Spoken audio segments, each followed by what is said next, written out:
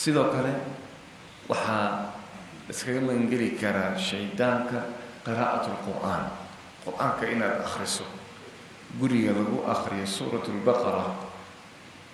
shaydaanku ma awoodo inuu galo shaydaanka waxba kama qabto qur-aanka qofka akhriya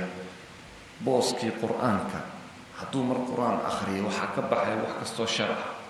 waxaa ka baxaya fadhi kudariirkii waxaa ka baxaya maalayacnigii waxyaala badan baa meesha ka baxaya waad degaysaa waa qaboobaysaa ila waa kalaam ilaahay subxaana wa tacaala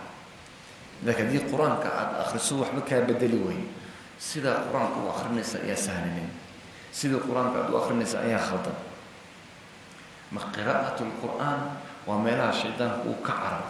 hadda aayaadkiiba uu garanayaa markaad akhriso uu leeyahay talo maxaa dhacay adigu maxaa ugu tadabburi laada qiraa'atu lqur'aan qur-aanka in la akhriyo shaydaanka ayaa ku fogaada guriga musikada ka shidan iyo kan qur-aanku ka shidan yahay isku mid ma ah guriga degan oo marka la tago qofka qur-aankiisa akhrisanaya ama raadiye qur-aan uu ka shidan yahay iyo guri wax ka xun laga shida isku mid ma ah laakiin waxaad arkaysa dadku badana maanta gabdhihii wada jinni baa ku dhacay gabdhihii waxaa weeye maanta oo dhan waxaa laga dawaynaya jinni baryahan waxaa u soo baxay niman ganacsi ka dhigtay soo maha inbaa booyad ula soo baxay oo dadka ku rusheynaya biyo laakiin waxa weeye gabadha muslimadda ah guriga haddii maanta oo dhan uu ka daaran yahay filim hindi ah ama uu ka daaran yahay miisiga ay ka daaran tahay ama waxay maanta oo dhan samaynaysa u dembiya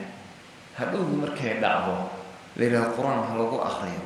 waxaa ka fiicnaan lahayd inay marka hore ayada iska ilaaliso waxyaabaha u keenayo in jinniga uu usoo dhunto shaydaanku ma awoodo meel khayr lagu hayo iyo guri qur-aan ka baxayo ama dadkiisa qur-aanka ay akhrinayaan ay ku camal falayaan inuu usoo dhunto suurtagal ma aha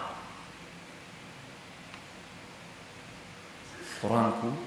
waa meelaha shaydaanka uu ka caro iyo meelo kale oo fara badan marka ikhwati fillah shaydaanka iska naaro shaydaanka iyo nafta oo xumaanta dadka farta shaydaanku haddaad ogaato inuu cadow ku yahay iska ilaali meelaha xunxun iska ilaali saaxiibka xun iska ilaali